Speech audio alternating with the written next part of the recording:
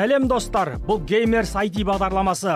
Әлемдегі өзекті ақпараттық технология мен киберспорт туралы баяндаймыз. Бүгін ұялы телефонға арналған қосымшалардың қалай жасалатынын айтамыз. Бұл тақырыпта бізге Әділет Зейнекен көмектеседі. Бағдарламаның екінші бөлігінде киберспортшы Мирлан Өтебаев Warcraft ойынының құпиясын ашады. Күн сайын миллиардтаған адам смартфон мен планшетті қажетіне пайдаланады. Көпшілік мобильді құрылғыдағы түрлі қосымшаларға жүгінеді. Тіпті уақытының 90%-ін соған арнайды. Сондықтан осындай қосымшалар жасайтын бағдарламашы мамандарға сұраныс көп. Еңбек нарығында мұндай кәсіп иелерін мобайл девелопер деп атайды. Яғни нағыз қажет мамандық. Бала кезімнен бірінші сыныптан бері компьютердің ойындарын жақсы көп ойнайтын. Және 7-ші сыныпта қазақ-түрік лицейіне түскенде мені информатика олимпиадасының оқушысы боласың деді. Және сол 7-ші сыныптан бері информатикадан олимпиадаларға қатыса бастадық. Әртүрлі есептерді шығардық. 10-11 сыныптарда халықаралық, республикалық деңгейдегі олимпиадаларда жүлделі орындарды алдық. Содан бері информатика өзіме жалпы қызық болды. Сонымен таныс болыңыздар. Әділет Зейнекен, Назарбаев университетінің студенті, болашақ бағдарламашы. Бірақ ол қазірдің өзінде оқу мен кәсіпті қатар алып жүр. Әділетке әсіресе ресейлік ірі IT компаниялар тапсырыс беріп жатады. Бұл салада дипломның болғаны маңызды емес, себебі жұмыс берушілер іс жүзіндегі қабілет қарымыңа қарайды. Бірінші курстан бері оларға сайттарына кіріп тапсыратын болатын, оларға сайттарында стажировкалар, әртүрлі программалар болатын. Және екінші курста стажировкаға тапсырдым. Өтпегеннен кейін сол айтқандай 3 айлық жазғы мектепке өттім.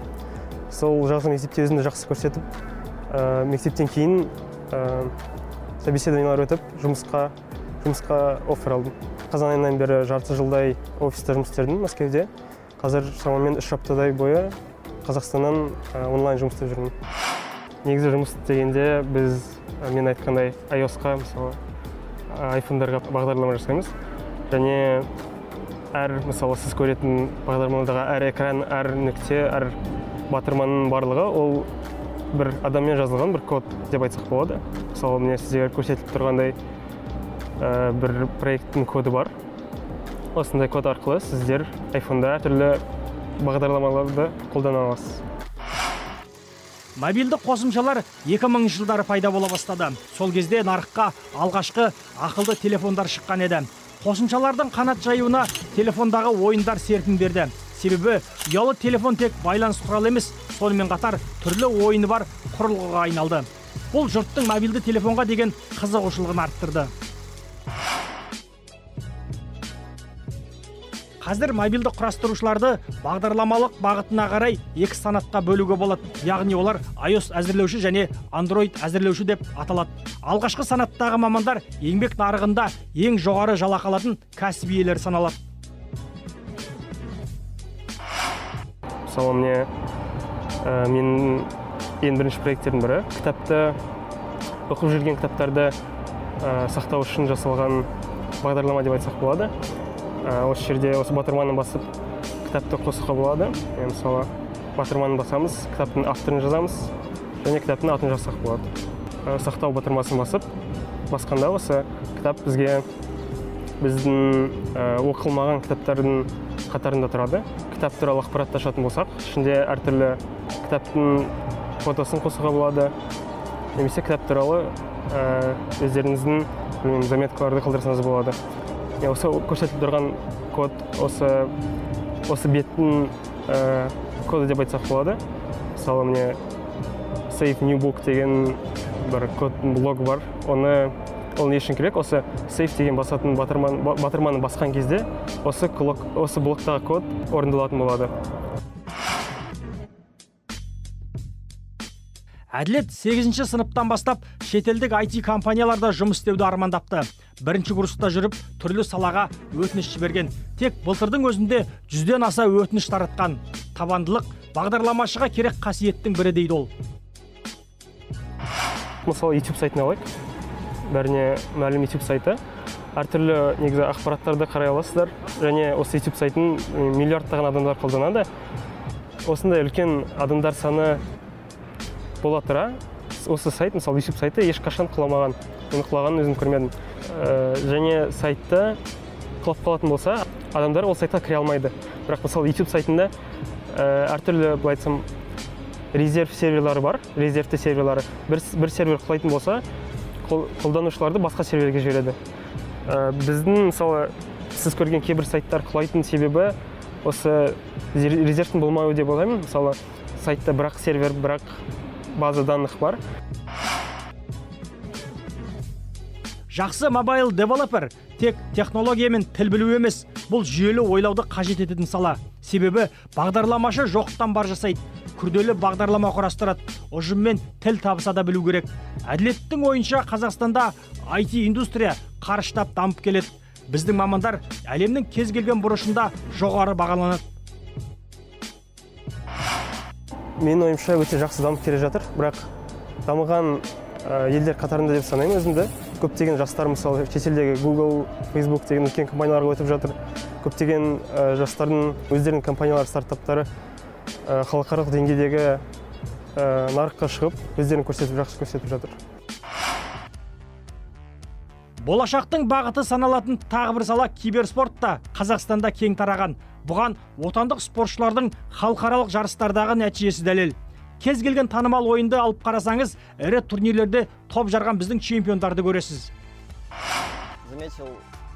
Мен киберспорттың өте жақсы дамып келе жатқанын байқадым. Біздің елде осы салаға қатысты кәсіби федерация ашылды. Турнирлер ұйымдастырылады. Оларға ірі компаниялар демеуші болады. 90 сайын жарыстар өтеді. Аламан Кап, Қазақстан кубогы секілді бәсекелер бар. Жақында федерация акселератор ашылатынын жариялады. Қазақстанның барлық аймағынан командалар іріктеледі. Ең үздік екі ұжым қауымдастық қолдауына ие болады. Бағдарламаның екінші қонағы Мирлан Өтебаев. Dota 2 ойынның жанкүйері, өз болашағын компьютерден іздейді. Қазір IT мамандығын оқып жатыр. Қабілет қарымын киберспортта да сынап жүр. Это началось в 2014 году, когда мои друзья со школы познакомили меня с Dota 2. 2014 жылы достарым Dota 2-ні көрсетті. Сосын 3 жыл бойы солармен бірге ойнадым. Кейін біз команда құрып, турнирлерге қатысамыз деп шештік. 2017 жылдан бастап киберспортқа бет бұрдым. Тәжірибе жинадым. Қазір тамаша командам бар. Енді сол ұжыммен әлемдік деңгейдегі жарыстарда жүлде алуды көздейміз. Точнее, выходить не на региональный уровень, а на более мировой. Бүгін Мирланмен бірге өткенге саяхат жасап, 2002 жылды еске аламыз. Blizzard компаниясы Warcraft 3 стратегиясын шығарған еді. Дәл осы ойын кейін көпшіліктің сүйікті ермегі Dota 2-нің пайда болуына түрткі болған дейді. Яғни Warcraft киберспорттың дамуына әсер етіп, тұтас ұрпақтың ойынына айналды.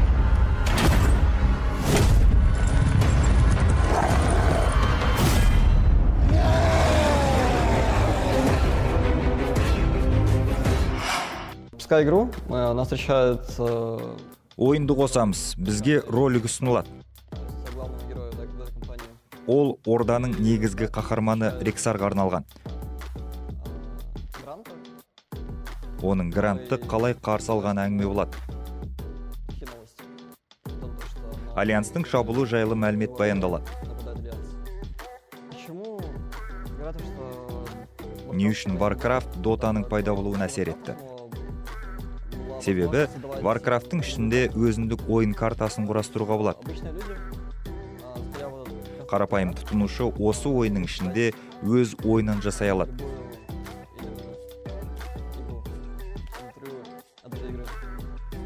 Warcraft базасында алғашқы Dota пайда болады. Сосын 2011 жылы екінші бөлімі шығады.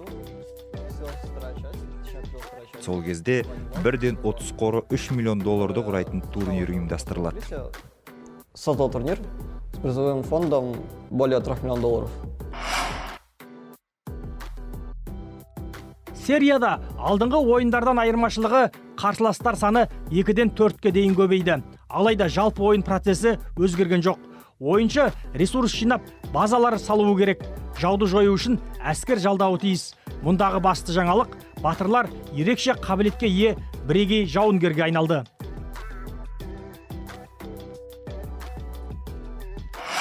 Интересно тем, что она развивает...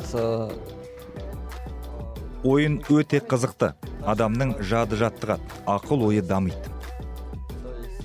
Мұнда тек түймені басып отырып ұта алмайсыз. Әр шешімді ой елегінен өткізу керек. Ресурсты ақылға салып жұмсау қажет. Себебі әр әрекеттің салдары болады. Ойын графикасына 20 жыл толды. 2003 жылдан бері қолданыста бар.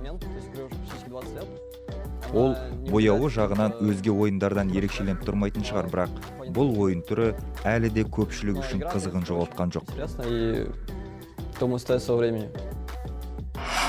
Чтобы быть мықты ойыншы болу үшін көп тәжірибе керек. Жай ойнау жеткіліксіз. Біз мықты ойыншылар бар екенін көріп жүрміз, алайда олар командамен тіл табыса алмаса, байланыс орнатпаса, ол ойыншы жетістікке жете алмайды. Warcraft, Dota, мұның бәрі командалық ойын. Әркім өз үлесін қосады. Каждый вносит свой вклад. Warcraft толық метражды фильм түсірілген алғашқы ойын. Бұрын соңды компьютерлік ойындар желісі көркем киноға арқау болмаған. 2011 жылы фильм жарыққа шықты. Яғни стратегияның пайда болғанына 9 жыл толған еді.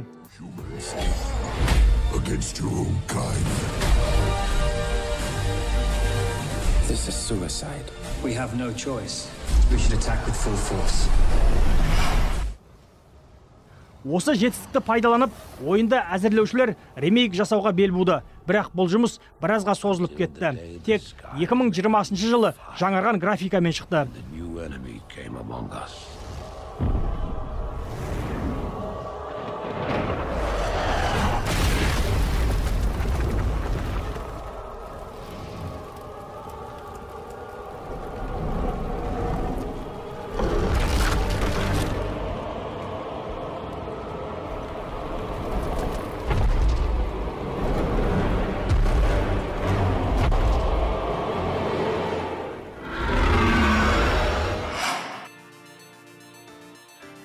Соған қарамастан стратегияның 3-ші бөлімі 20 жылдан бері көпшіліктің сүйікті ойыны саналады. Тіпті тәжірибелі геймерлердің өзі жақсы көреді. Это главное меню Warcraft 3, Frozen Throne. Попадая в главное меню, мы видим... Бұл Warcraft 3-тің негізгі мәзірі. Басты мәзірге түсу арқылы біз бірнеше нұсқаны көреміз. Жекелей ойын, ішкі сеттағы ойын. Баптау мен қарапайым титрлар тұрмында әзірлеушілер туралы ақпарат жазылады. Ойынды бастағанда өз әлеміңді құрастыру керек. Мұнда сөйлесу терезесі тұр, ойынды жүктейміз. Мұнда сөйлесу терезесі тұр, ойынды жүктейміз. Сіз кез келген уақытта ойынды тоқтатып сақтай аласыз. Кейін сол жерден әрі қарай жалғастырып әкетесіз.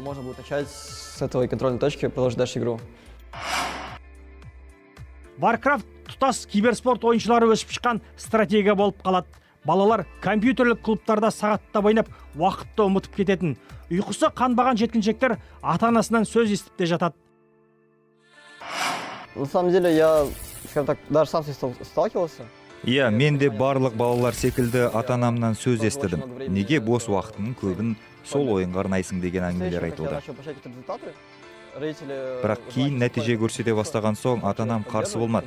Тіпті менің матчтарымды көретін. Себебі бұл да футбол, бокс секілді ермек әрі кәсіп. Нежели как-то было раньше. Сіздермен болған Gamers IT бағдарламасы. Келесі шығарылымда сіздерді IT индустрияда жетістікке жетіп, Қазақстанның атын киберспортта шығарып жүрген жаңа есімдер күтіп тұр. Амандықта жүздескенше.